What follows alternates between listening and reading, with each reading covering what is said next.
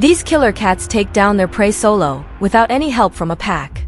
Poised between the blades of the tall grass in the savanna, a feline body is crouched like a coiled spring, ready to pounce on a passing deer.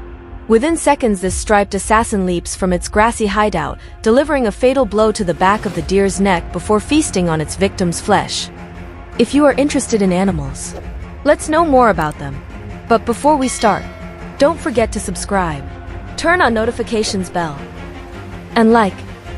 Tigers are notorious stalkers, a technique that has served them well in the wild. Typically, tigers make a kill once a week, and they have the ability to consume up to 40 kilograms of food in a single sitting. With a diet almost exclusively made up of meat, they have fine-tuned hunting skills, placing them at the top of the food chain as an apex predator. Tigers will tentatively stalk their future meal until they're within 6 to 9 meters away. Once in range, tigers target their prey's neck, which severs its spinal cord. Larger meals may also require a fatal bite to the throat to drag them to the ground. As capable swimmers, tigers also utilize surrounding water to drag down and drown resistant prey. Once the struggle is over, tigers will move their catch under cover to enjoy in peace without interference from scavengers. Usually hunting at night, tigers possess excellent eyesight, 6 times that of a human's night vision. Unlike their lion cousins, adult tigers do not hunt as a collective pride, preferring to hunt solo. Though this may reduce the likelihood of a kill, the meaty rewards are reserved solely for the hunter. Tigers are not born with the exact knowledge of how to expertly take down fleeing food. That lesson is learnt from their mother. At the beginning of a tiger's life, cubs feed on their mother's milk before moving on to the meat she catches. Once the cubs are around 8 to 10 months old, they will start to hunt with their mother, spending the next year or two learning how to hunt from her example. The mother will play with her cubs in order to teach her offspring useful life skills like pouncing and stalking. She will take her cubs on hunting expeditions to showcase how a kill is made, in the hope that the cubs will mimic her technique. Once their training is complete, the next generation of hunters will leave their mother's side and seek their own territories in which to hunt for prey.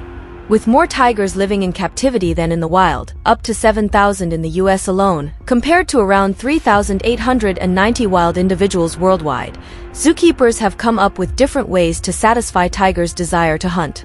As introducing live prey into enclosures is strictly prohibited, zookeepers aim to mimic aspects of prey by artificial means. The Smithsonian's National Zoo in Washington, US, has a novel approach to allowing the resident tigers to display their predatory behavior. Large, sturdy balls known as boomer balls are used for tigers and other big cats to chase and interact with like live prey. Other methods of hunting enrichment include animating animal carcasses or creating prey species out of cardboard for tigers to stalk and hunt. Thousands of tigers were killed in elaborate hunts by Indian and British nobility before hunting was outlawed by the Indian government in 1971. Courtesy 𝐚𝐬𝐧𝐢𝐦𝐚𝐥𝐬. India's tigers have been in the crosshairs for centuries, with elite safaris dating back to the early 16th century. They rose out of Mughal Emperor Jalaluddin Muhammad Akbar's passion for big game. He began a tradition of royal hunting, or shikar, that was carried on by Mughal rulers until the dynasty fell in 1857. Paintings from the period depict Mongol, Rajput, Turk, and Afghan nobility hunting from elephant or horseback. These outings were considered exotic, heroic sport, and tigers were the ultimate trophies. Staging elaborate big game hunts was also a favorite pastime for the British Raj that succeeded the Mughals, an activity that showcased their royalty, machismo, power, and wealth.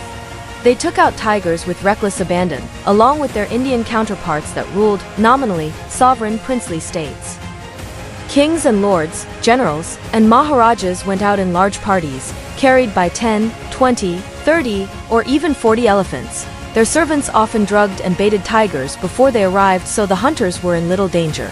They legitimized the slaughter by vilifying the cats, casting them as terrible, bloodthirsty beasts with an unquenchable desire for human flesh.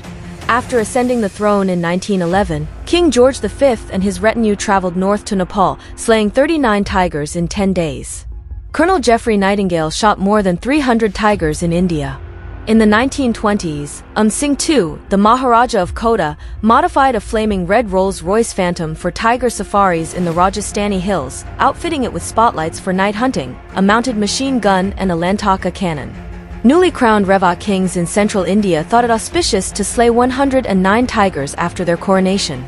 Shooting a tiger was a coming-of-age ritual for young Indian princes.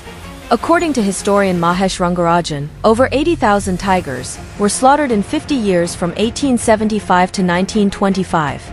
It is possible that this was only a fraction of the numbers actually slain. Not all were trophy hunted. In some regions, the cats were considered vermin, systematically exterminated with incentive from government bounties. The killing escalated after 1947. Independence ushered in a hunting free-for-all similar to the 1880s shooting spree that decimated bison herds on the American plains. Anyone who laid hands on a gun joined in. Soon after, hunters streamed in from around the world, seduced by the guaranteed premier trophies advertised by travel agencies: tiger, elephant, rhino, lion, and other iconic species. The Maharajas created staggering new hunting records. In a letter, the Maharaja of 𝐚𝐧𝐢𝐦𝐚𝐥𝐬 told wildlife biologist 𝐗-𝐌𝐢𝐧𝐮𝐭𝐞 that by 1965, he'd bagged 1,150 tigers. Because the biggest animals made the best trophies, the largest, strongest cats disappeared from the gene pool. And then, as models and Hollywood starlets draped themselves in cat skin coats, a fashion craze for fur took hold in the US and Europe. A tiger pelt fetched $50 in India during the 1950s. 10 years later, rugs and coats sold for $10,000. When conservationist and Wright explored markets in Delhi, where shelves groaned with skins, she found that the vast majority lacked proper permits and were being exported illegally. Things changed, however, when Indira Gandhi took the reins as Prime Minister in 1966. She became what tiger expert 𝐗-𝐌𝐢𝐧𝐻𝐿 calls India's greatest wildlife savior. She spearheaded a fight against the growing tiger crisis, outlawing the export of skins in 1969 and appointing a tiger task force 2 years later. At the close of the 19th century, when Rudyard Kipling penned The Jungle Book, between 50,000 and 100,000 tigers were thought to roam the Indian subcontinent. By 1971, about 1,800 were left alive, and the Tiger Task Force predicted they would be extinct by the end of the century. That year, the Delhi High Court banned tiger killing, despite opposition from the trophy hunting industry that was raking in $4 million a year. Then in 1973, Gandhi launched Project Tiger, which still stands as the world's most comprehensive tiger conservation initiative. She established 9 tiger reserves, hired guards to patrol them, and forcibly moved whole villages outside their perimeters. At the time of Gandhi's assassination in 1984, tiger numbers topped 4,000, their prey had increased, and India had created a global model for wildlife conservation. Tigers flourished beyond our wildest dreams, said Belinda Wright, 𝐻𝐬's daughter and director of the Delhi-based Wildlife Protection Society of India. But by the late 1980s, tigers began to vanish. Rapidly. Biologists and conservationists who reported disappearances to officials were ignored. The seizure of 2,200 pounds of tiger bone from about 80 tigers in Delhi in August 1993 revealed what was happening. Poaching for the traditional Chinese medicine trade had hit the subcontinent, sparking what was being called the second tiger crisis. To meet a growing demand for tiger parts, the cats were being poisoned, shot, and snared across India. Meanwhile, wildlife wardens and Project Tiger officials dismissed the warnings, clinging to inflated population numbers based on flawed data. Their 2002 census counted a whopping 3,642 tigers. They estimated populations from paw prints, an unreliable method known to recount the same cats multiple times. But the scandal went public in June 2004 when national headlines proclaimed the unthinkable. Not a single tiger survived in 𝐚𝐧𝐢𝐬𝐧𝐻𝐿 Tiger Reserve, despite government claims that 18 tigers lived there. When 3 men were later arrested, they described how easy it was to kill them. Many of the guards' walkie-talkies were non-functional, and none of the 300 guards were at their posts during monsoon season. The poachers had even brought in live bait and shot tigers over their kills.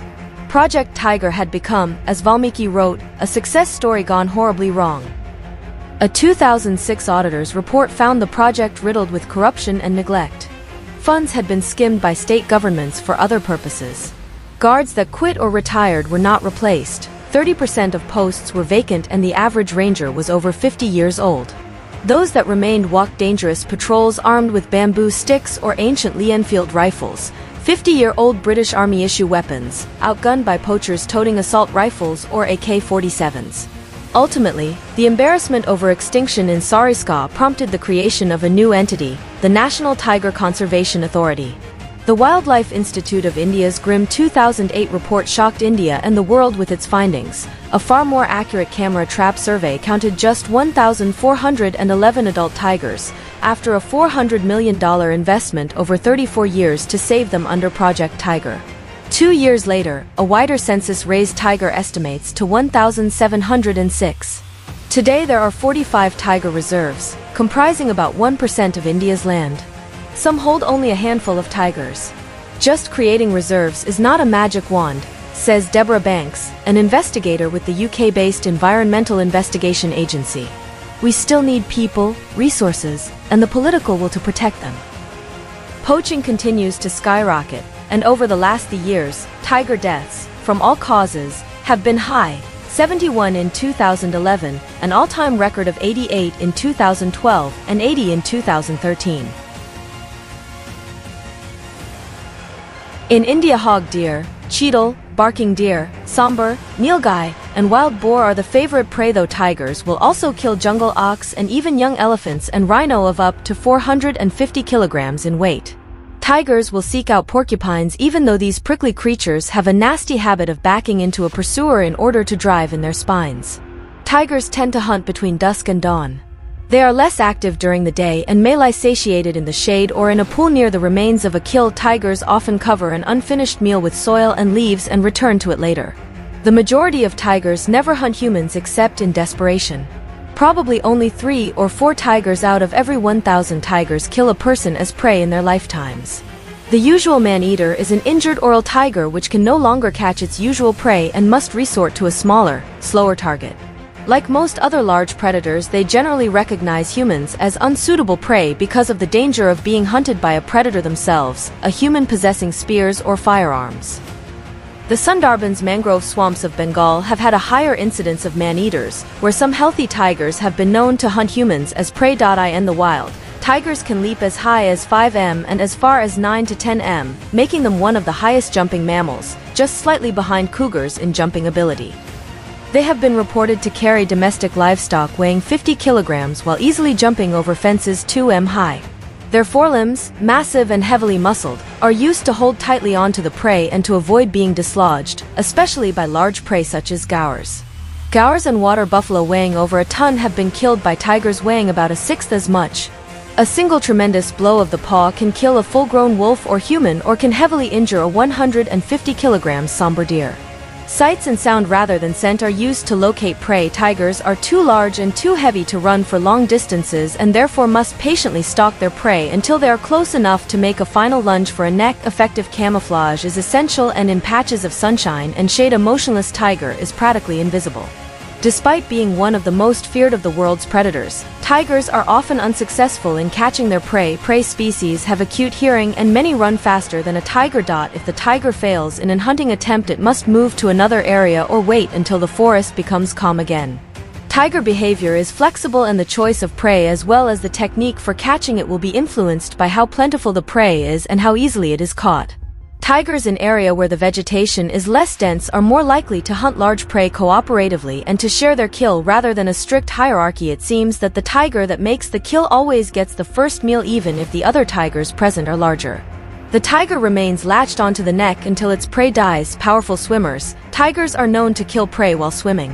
Some tigers have even ambushed boats for the fishermen on board or their catches of fish. If you are interested in animals, stay tuned.